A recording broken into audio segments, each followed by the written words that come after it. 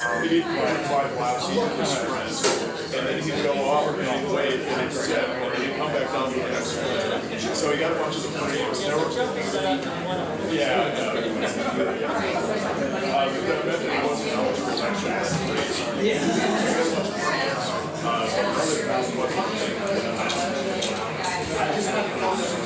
That's what it was,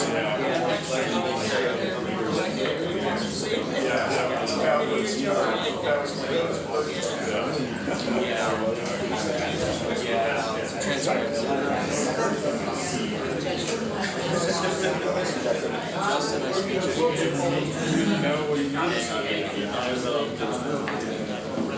That's the one thing I had.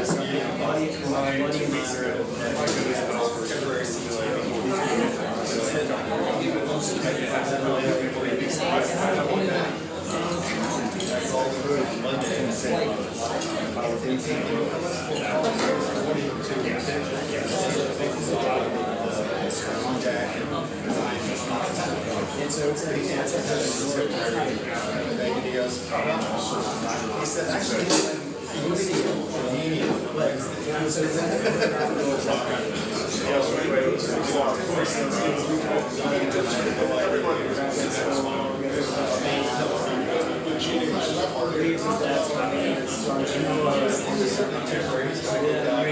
Because I can be anywhere. Yeah, when I wrote up, I didn't notice that most people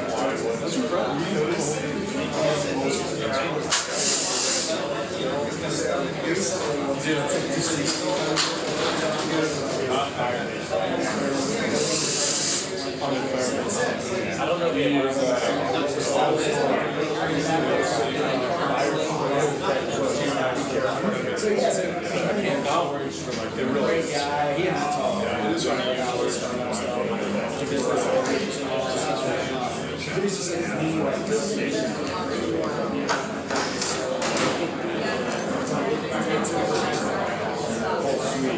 pretty hard.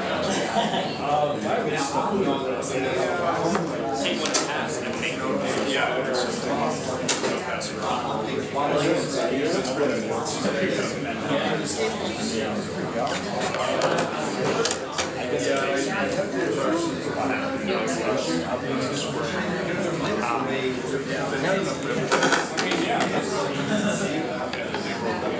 Yeah. It's a picture though. I don't even think about hammer. Sounds like it was bad. Finish.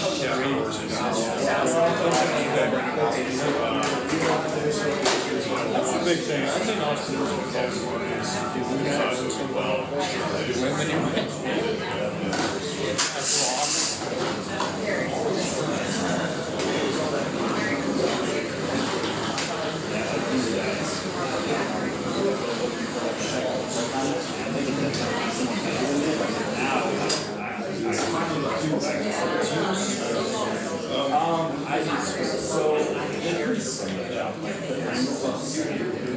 My frustration, I think,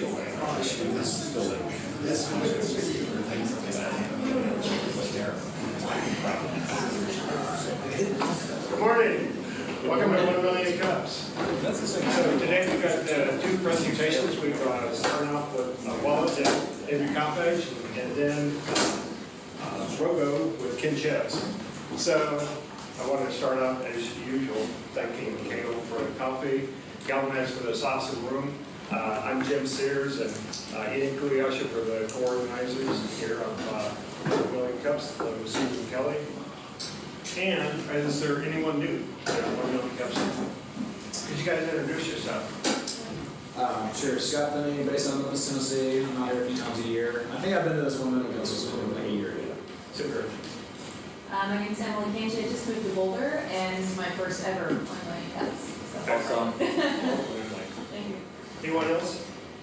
Okay, so we're going to start off with the first one. We're going to change over at just about the half-hour point, and we'll go on from there. So, David, what's the design of your presentation? What are you trying to do with this presentation today? I'm in dire need of a technical co-founder. The app's been built. It could go to beta soon, but I need a technical person.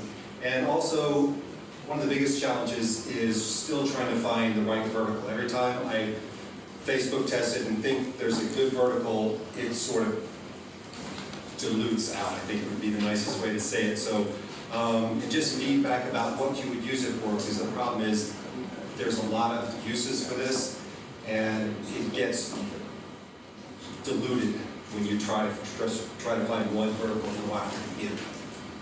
So input and feedback about what you use it for would be helpful. Okay? Very good. Thank you all for being here. A couple of years ago, I was visiting my 86-year-old mother, and out of the blue, she said, "Who's going to get my great-grandmother's Civil War sewing table?" I said, "Your great-grandmother's what?" If she'd ever told me the history about this table, I had long since forgotten, as did both of my siblings, but the prospect of losing this information got me thinking about how we try to keep up with our possessions.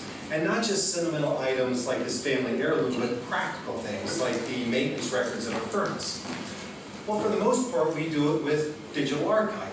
It's incredibly easy to create the content, and there are tons of storage options. What's not so easy is accessing that content later. First of all, you've got to remember what platform you store it on. Is it Evernote? Is it Dropbox? Is it iCloud? And then there's the inevitable username and password hassles. Then you've got, what are you going to type into the search tool to try to find your digital needle in your digital haystack? And finally, how are you going to share this information with others later? Well, there's a simple solution to all these problems.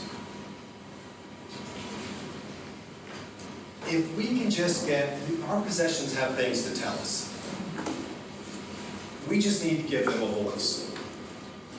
A way for them to communicate with us directly. With a single tap on your phone, voila. A multimedia history instantly appears on your phone without a username, a password, or a search. And this voice I'm trying to give our items is actually a new type of QR code, which are fundamentally different than traditional QR codes. Just to recap what QR codes are, they're just shortcuts to URLs. So you can either copy and paste a HTTP colon whatever, or you can just scan a QR code. So with traditional QR codes, you had to download the content to the internet to get the URL. Then you had to go to a QR code generator to generate that unique code to point to that specific URL. Then you can finally print that one code. Everything about that was a barrier for use for QR codes. What Whala has done is we've sort of reversed the information flow, where we can print an unlimited amount of blank or empty codes first. Then when the need arises, you can create all the QR code content directly from your phone on the spot. So how does it work? This is a screenshot of the app now. You scan an empty code. If I can find one here. You scan an empty code and affix it to an item. You upload its image, you give it a name, then you'll have to decide whether it's going to be a public code which can be read by anyone with a QR scanner, or a private code which can only be read by your account. Once you save this core information, then you can add an unlimited amount of multimedia: videos, audio clips, pictures, and text. So in my mother's, my great-great-grandmother's sewing table, inside the drawer there's a Whala QR code. And among other bits of information is a reasonably long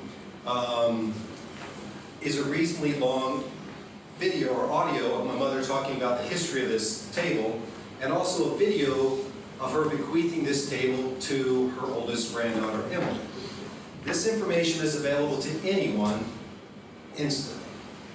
Instant access to an item's editable multimedia history without a username, a password, or a search.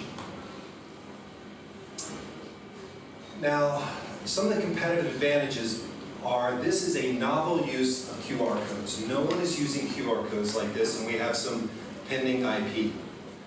It's also a faster and simpler method of delivering content to our users, and it's an easier way for people to share information that don't own the content. So how we're going to make money? The app will have an annual subscription. But additionally, one of the barriers for entry into this app is users need labels. They have to have physical labels. The silver lining of that is we'll be offering blank sheet labels for our users who want to print their own codes at home, or pre-printed Whala QR codes for those who don't. Now, there are a lot of uses for this app, and it has been the biggest problem so far about how to target what vertical to go after first. But I'm going to leave you with an example of the power of giving items a voice. Believe it or not, Americans still buy 7 billion greeting cards a year. So imagine a 62-year-old woman, she gets a birthday card from her daughter, "Happy birthday, Mom." "Oh, that's really nice," and she throws it away. Now imagine that same 62-year-old woman getting that same greeting card from the same daughter, except this time the daughter used a Whala QR code. So the woman opens up the greeting card, "Happy birthday, Mom." "Oh, that's great." "Oh, scan here." She scans the QR code, and lo and behold, there's a video of her 3- and 5-year-old granddaughters in tutus and tiaras singing "Happy Birthday, Gran." Imagine the value that's just been added to that greeting card. So before Whala, this table in my mother's house had no known value to myself or my siblings. After Whala, the table's history and value were built into the table, available for anyone to see at any time in the future, instantly. So my ask for you guys is, what do you think you would use it for? And again, I'm looking for technical co-founders and team builders as well. All right.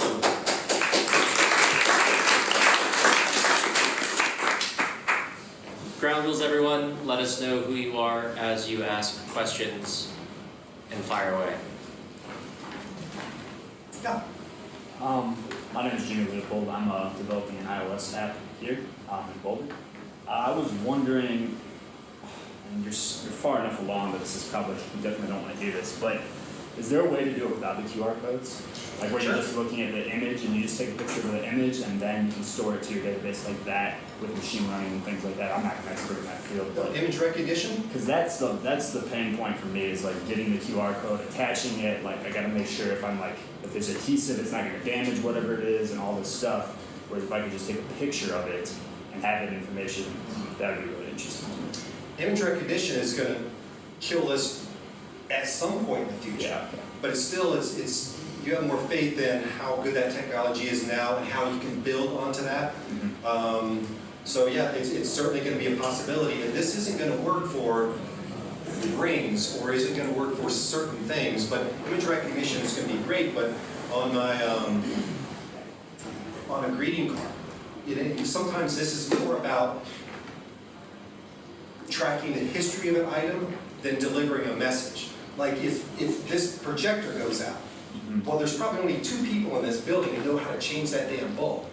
Well, with one of these QR codes, I could stick it on there, do a little short video, say, hey, if the bulb goes out, they're in Gary's office, and this is how you change it. So this is also about how to deliver messages. Couldn't you do that with the picture too? Like if it's just your private database, like you don't need to be able to tell that from someone else's if it's just for your company or for you. And you could still attach that information to it. You could. I might be missing something, but I definitely think it's a cool idea for sure. Yeah. So I'm Ian.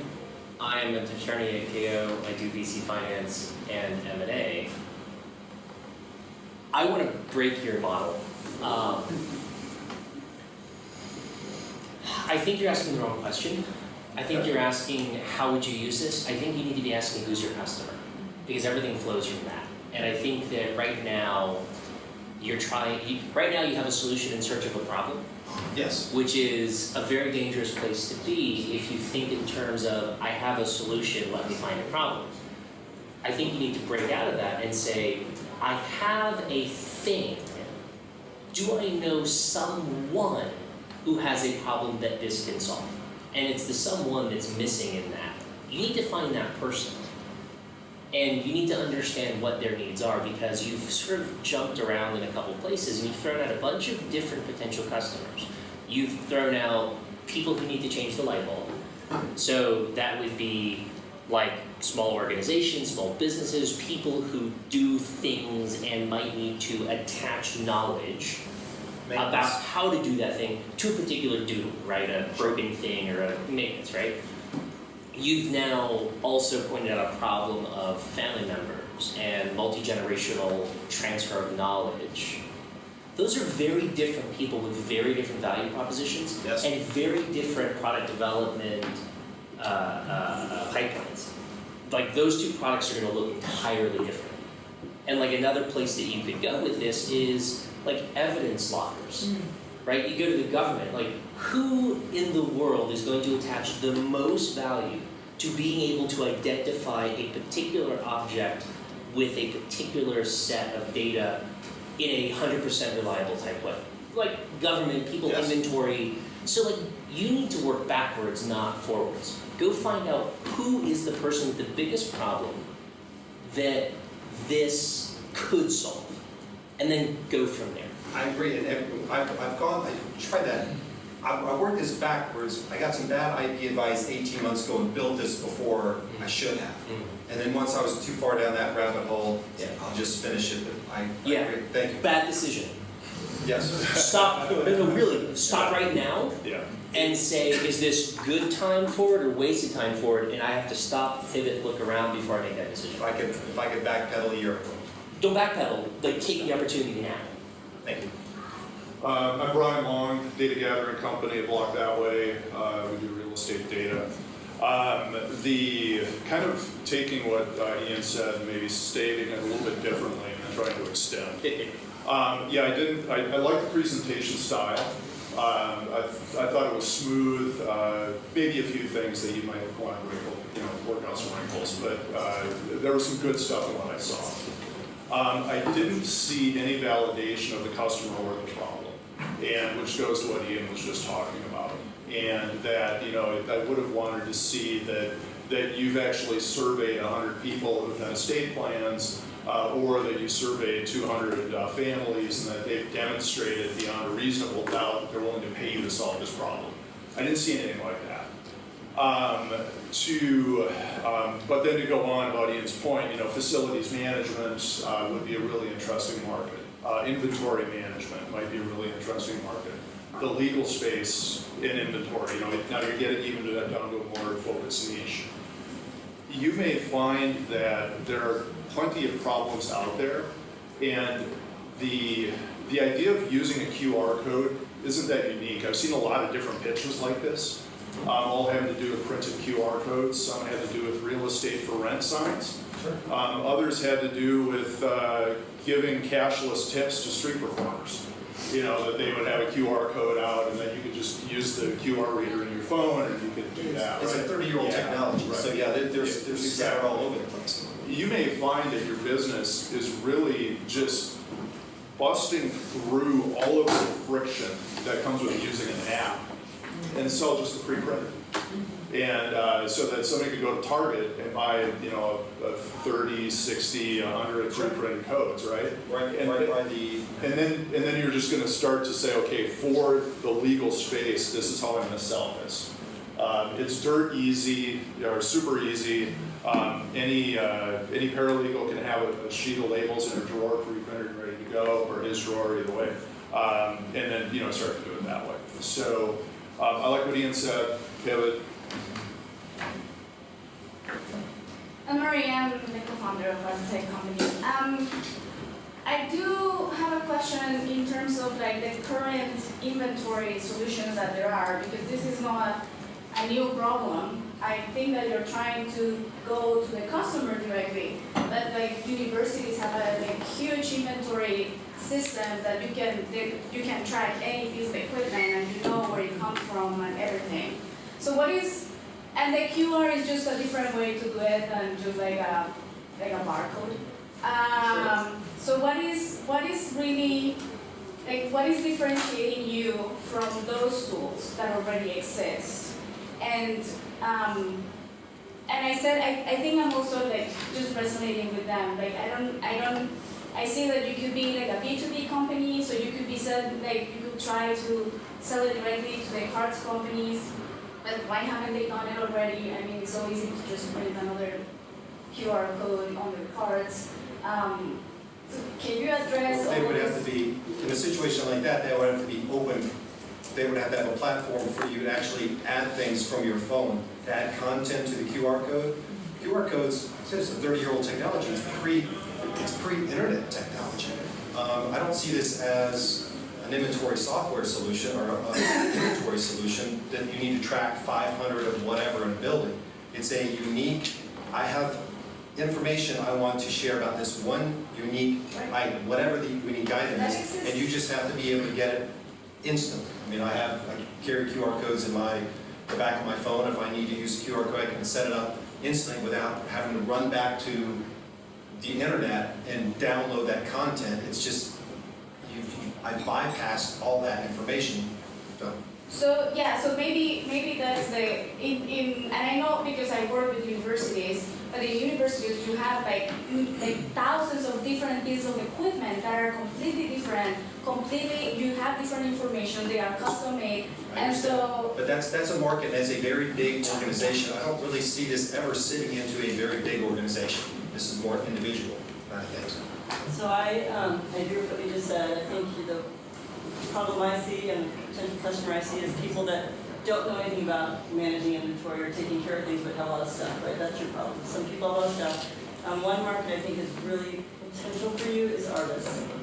So as an artist, you're making a lot of art all the time, I'm an artist, and you can't remember every single piece of art you've ever made.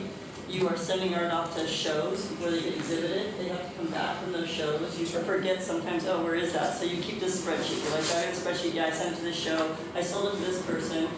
If I had a QR code system and I could just attach the photograph to the QR code and say, I have this piece, I sold it to this person, that person might sell it to somebody else. I might get lucky that somebody scans the QR code and says they own it as they pass it on. I might not. Well, there's going to be part of the IP is the transfer of ownerships, because with an artist, you can have pictures of the art. Here's what it started like. This is. Right, but you can't guarantee that the person that buys your art is going to follow on or not. They may or may not do that, right? So, they may not. And if you had GPS location on that art, it would be even better because a lot of art gets stolen. But the point I really want to make is I think this is more about the database side of it, and a dynamic database is really your potential product, which is whoever the user needs to be is going to have different fields they want based on what they want to store. Like I'm going to want price, I'm going to want size of the art, I'm going to want owner, who purchased it, I'm going to want shows that are in it. So I want to be able to, as an artist, I'll have to figure out all those fields or think about them or tech them, and I want to be able to say, I'm an artist, and you might populate with some likely fields, and I might want to say add field for such and such, and it adds that field, and you put in whatever it is, and so you build up these dynamic databases that are very specific to the person that's using it for that vertical market that happens automatically without people having to figure out too much on their own, and then you start being able to address different verticals because each person that's using it can build up their own data set for that product. I also am wondering about where all the storage for the images and video, are you setting up a cloud server? Are you recommending that they're attached to Dropbox or whatever? Are you managing the storage? Are you selling storage for the associated data that's with it? What is that part of the, how does that part of the problem work? So that's my idea, that's my question. Well, it's all in the cloud. It can be downloaded to Dropbox, but those are, you're getting. Oh, wait a minute, no, all in the cloud. Sorry. Is Right that the answer? this minute, everything is up on Amazon. That's where it is right this minute, and I'm not And going to you're go much covering the further. cost of that through the subscription? Or- Yes. Okay. Yes. My name's Dave Loftus. I'm with the company N. But I was struck by two things.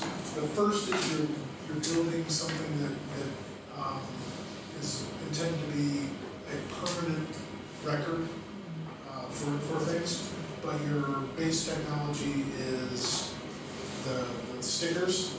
They're exceedingly imperfect. A little bit of water destroys one. You need a solution there. Well, there's a library of all your codes on the app, so you can go through and pick Right, whichever ones. but if you're going to be looking at something specifically, say a piece of furniture, that QR code needs to be affixed somehow fairly permanently if there's going to be any kind of commercial change. But the second thing that I was thinking about is, have you thought about doing the least sexy thing possible and looking at this as an asset tracking thing that you're pitching to as part of homeowners insurance? Homeowners insurance? Homeowners insurance. Building a permanent record of what you've got there with photos, with potentially collateral things like receipts, et cetera, that you can then use. In the event. The insurance company had an extraordinary website app that did it. It was amazing. I think it was knowyourstuff.org. It had everything, and they just shut it down. I'm a little bit leery of when disaster strikes, buy my product.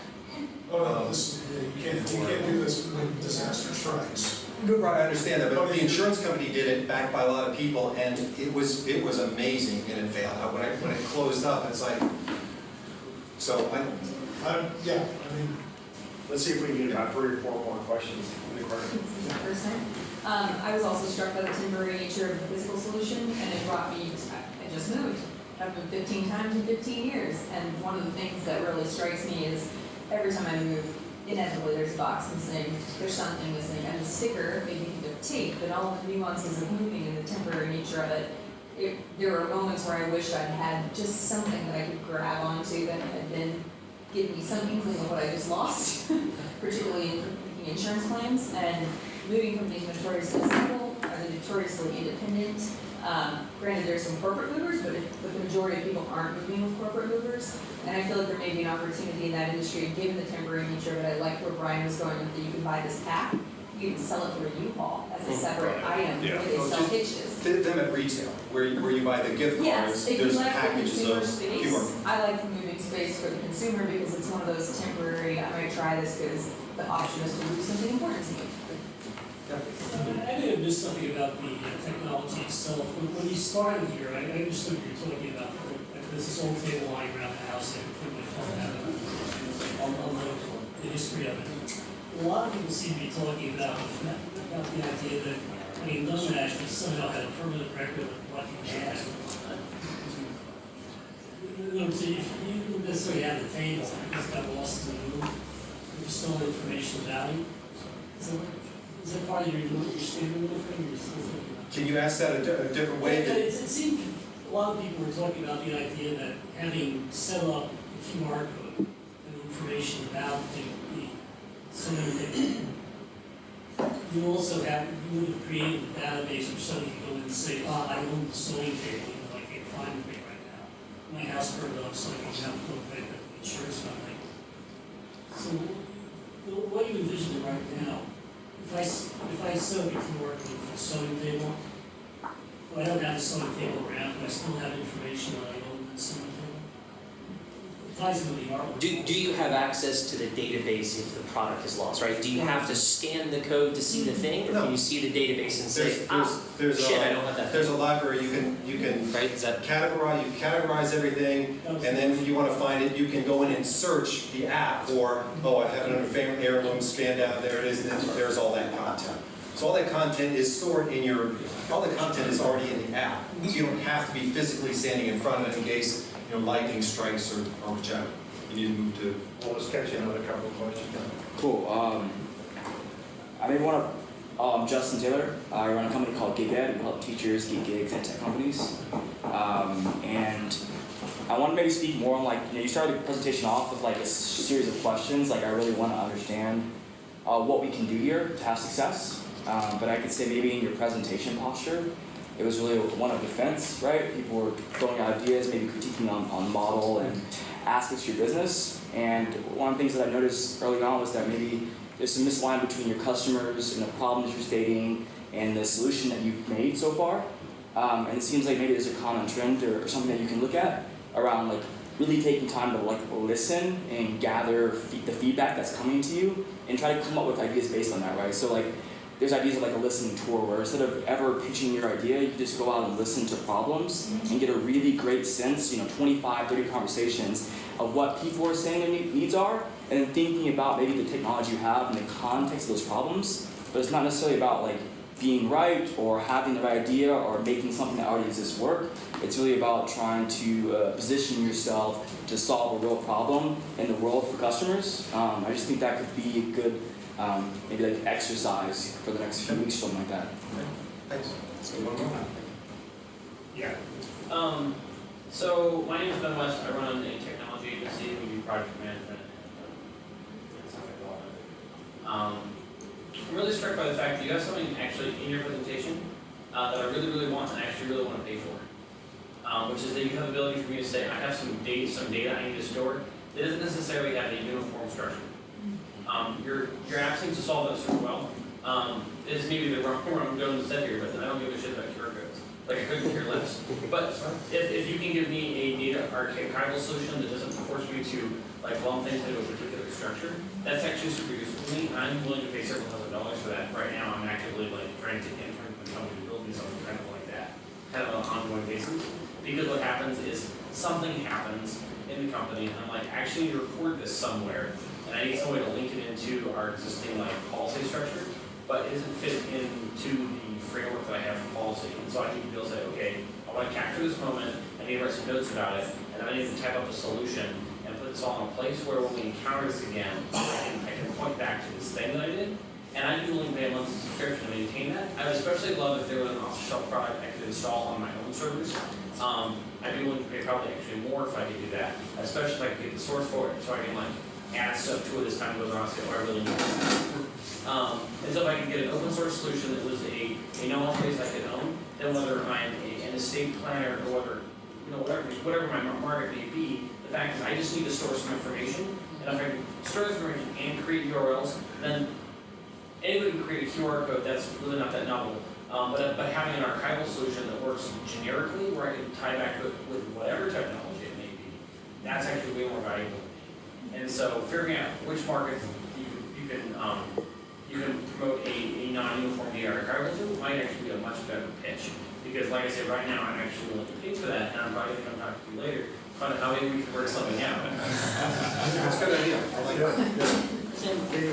We got one more. Okay, just one fun fact to throw in. This goes to the permanency of stickers that you guys were talking about. My shirt has a barcode. It's One person. Ben. Sorry. So anyway, my shirt has a barcode. I'm not going to take my shirt off, so I'm not going to show it to you. Come on, be shy. Okay, well, all right. But anyway, so my dry cleaner, whenever I bring in shirts, they put on a barcode down at the bottom of the shirt. It's got waterproof glue. And so that might be a feature idea, is that the pre-printed labels that you're offering are not just Avery labels that have been run through a laser printer. So there's a need for oil rigs about how do you turn this dial around. Yeah. And there's also a feature in there that you can transfer part of the IP is you can transfer the content. If the QR code gets damaged, it's one tap and transfers to the other one. So doing this kind of thing. So easy problem. Thank you all. I appreciate it.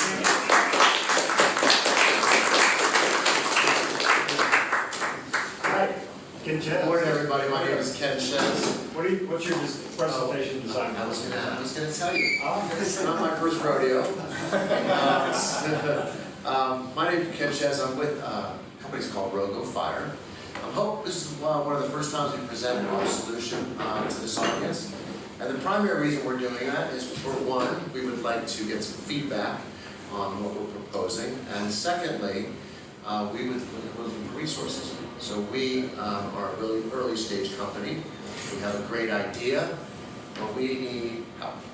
And so at the end of the presentation, I'll go through some of the resources that we're looking for. Keep in mind what we're doing, and we'll just go from there. That's good? That's good. Okay, good. So, as I mentioned, the company's called Rogo Fire. We have developed an integrated software and hardware communication system to be used in wildland firefighting. It's used by the incident commander as well as firefighters. The system is actually branded as FACS, which is Firefighter Advanced Asset Communication and Tracking System. And we're going to fighting wildfires with intelligence. I don't know if you guys remember, about 5 years ago, there was a fire in Arizona called the Yarnell Hill Fire. It was a wildland fire. And the Granite Mountain hotshots, which lived about 30 miles away, were dropped into this scenario. It was the second to 9/11 fires that the most firefighters ever died in this scenario. These 19 hotshots got burned alive because they were lack of situational awareness.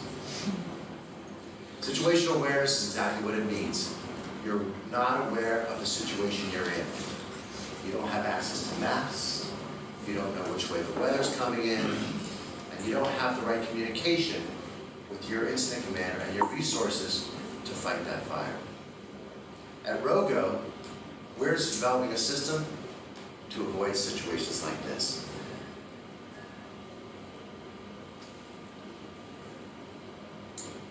As you all can imagine, if you just watch the news this year, wildfires by numbers are increasing. There was when we first started working on this 2 months ago, there was 175 wildland firefighters going on at one time. I have a map from an app that shows, looks like the entire West Coast, from Colorado to Washington State is on fire. Today, there are 97 wildland fires, and in the last week, 5 new large wildland fires started. So we know they're growing. It's estimated that it's going to grow by volume, by acreage, by 77% just in California alone in the next year. $285 billion in damages last year. Of that $285 billion, the governments, both your state and local and federal governments, they spent $63 billion in fighting these fires. So it's a very big industry. And one of the biggest problems is they're using antiquated technology.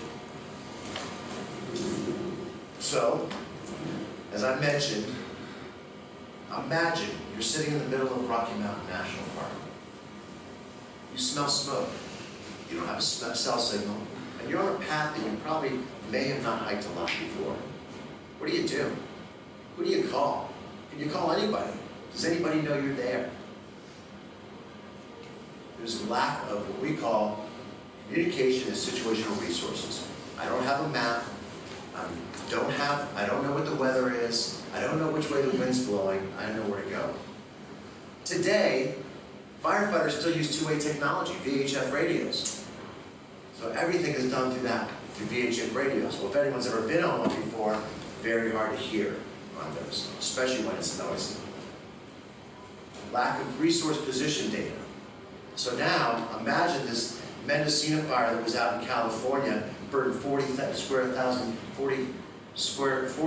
miles. There's about 100 crews deployed. How do you know where those crews are? They don't have GPS locations. There's no system that shows or tracks them. And then unspecified slurry drops. While we're not tracking how many times a slurry drop misses its target, a lot of times they miss their target. We should put it that way. I'll tell you how we know that. And then the biggest problem, one of the biggest problems in fighting fires is imagine 100 crews show up for the Mendocino fire. How do you onboard them? You have to inventory every single person and all the gear that they're carrying. The axes, the fire extinguishers, and everything else. And that takes sometimes days. Costs money and time. So the FACS system is going to solve this. As I mentioned, FACS is an integrated software and hardware solution designed to help improve communications with wildland firefighters and the incident command who is managing that. You can think of the incident command person as the general, and he's deploying and managing all those resources. We have designed, we have 3 patents around this, satellite-enabled tablets that will be able to have data downloaded, maps, digital data, maps, weather, and communications, as well as we're working on other resources that might be needed by a wildland firefighter. So now, as I'm in the middle of the woods and I smell smoke, or I'm under a ridge, I can now see which way the weather's going. And I can now see where the fire is. And I can now see where resources are around me if there's other firefighters on the other side of a mountain or down the road. I also have these things called GPS locators, or GPS, we call them drop balls. They don't have to be a ball, but they are going to be a ball. And those are GPS vector positioning items to mark landmarks like high-value properties, water resources, maybe a food drop. If you've ever talked to a firefighter, they go out for 16 hours in one day. They start at 6 o'clock in the morning, and they go out until they have to stop after 16 hours. That's kind of the rule. Most of the time, they sleep under the stars. So they may be out there for 2 or 3 days, 4 days. This will allow them food drops, and then medvac. So now if I have an injured firefighter, I can now position a helicopter instead of looking for us around the area. They can now say, oh, there's the locator, and that's where I need to go pick up that particular injured person. It's all integrated with satellite communications, and the incident commander can now see all of their crews, and they can now see which way the weather's coming, and they can provide guidance. Not through two-way radio, but through text messaging. And now, those firefighters, if they want to communicate with other crews, we have a patent around that touchscreen positioning calling. So I can pick a crew and say, we need to talk, or we need to combine resources. The best thing about our tablets is they work anywhere. Because in the woods, there's no cell signal. It'll display weather, GIS, and terrain information. It'll have incident command instructions. It'll show, because I have maps on this, resources like roads, water resources, and then I can also show my front crews, as I mentioned before. Our target markets, obviously, wildland fire departments. There's other opportunities.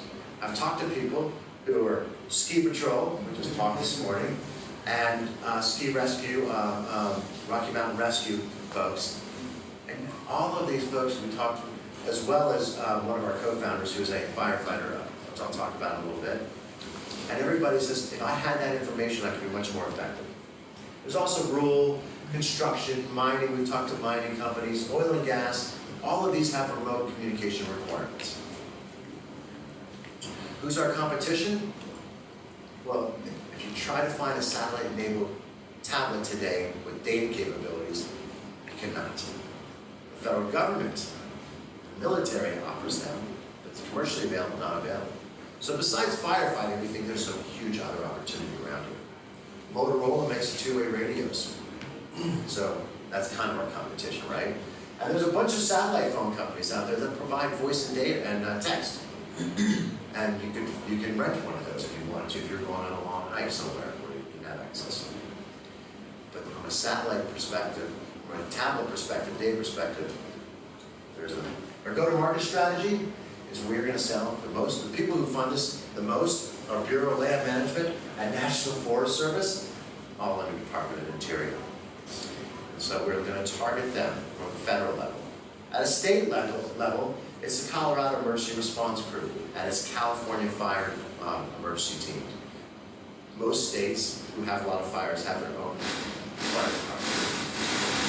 Federal contractors who are going after this business because they work with the federal government.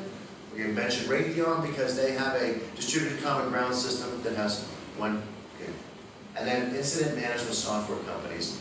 We are teaming with incident management software companies. So our traction so far, we actually have our utility package. We're kind of starting backwards.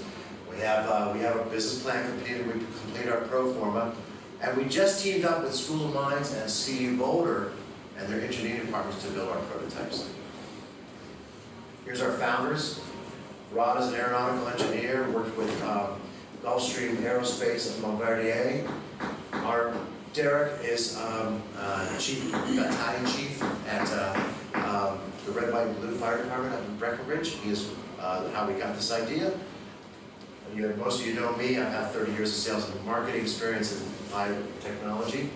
And then we're teaming up with Jenny Loper for our manufacturing. So here's our ask. We're looking for engineering resources. We're looking for industry advisors, specifically around satellite communication, contract manufacturing, as well as federal agency connections. And then we're applying for a couple grants this fall. Thank you very much.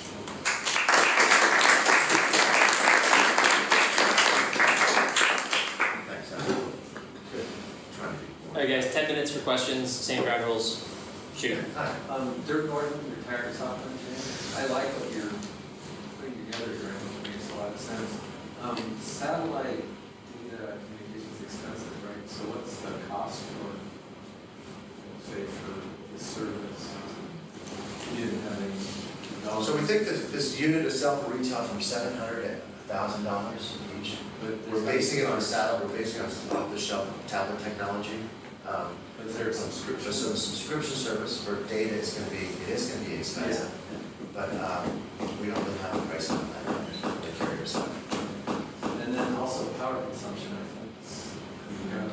So part of our design is built in is interestingly enough, on some of these large fires, they'll go through 300. They sterilize with AA batteries, and they'll go through 300,000 batteries a day. It's amazing. Yeah. So we're building a battery capability on the ruggedized packaging that'll be able to store AA batteries or maybe lithium, depends. No, you go, keep it going. Well, Maria from Photonics. I wonder if the reason why there are no information or satellite communications is because the government imposes some restrictions, like back in the day with the GPS.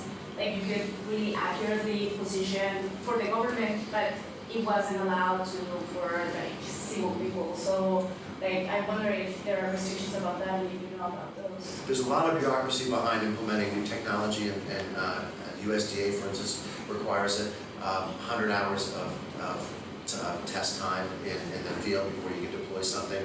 The state of California just approved that iOS devices were the only electronic devices that could be used by emergency response folks, primarily because iOS works on a phone and works the same on a tablet as well as a laptop. That just happened this year. So there's a little bit of bureaucracy behind that, but really what it is that these guys are they just haven't thought about implementing technology in the field yet. We can do better. Yeah. This is awesome. You've got, I don't think, any market risk. This is all execution risk. So you need to not spend 7 minutes talking about the problem. Spend 30 seconds. Everyone's gonna immediately get it. Oh shit, yes. And then jump into what the thing is, how it's gonna work, what the pricing is. That's what all this is. You guys have a great problem, a great solution. This is just execution. This is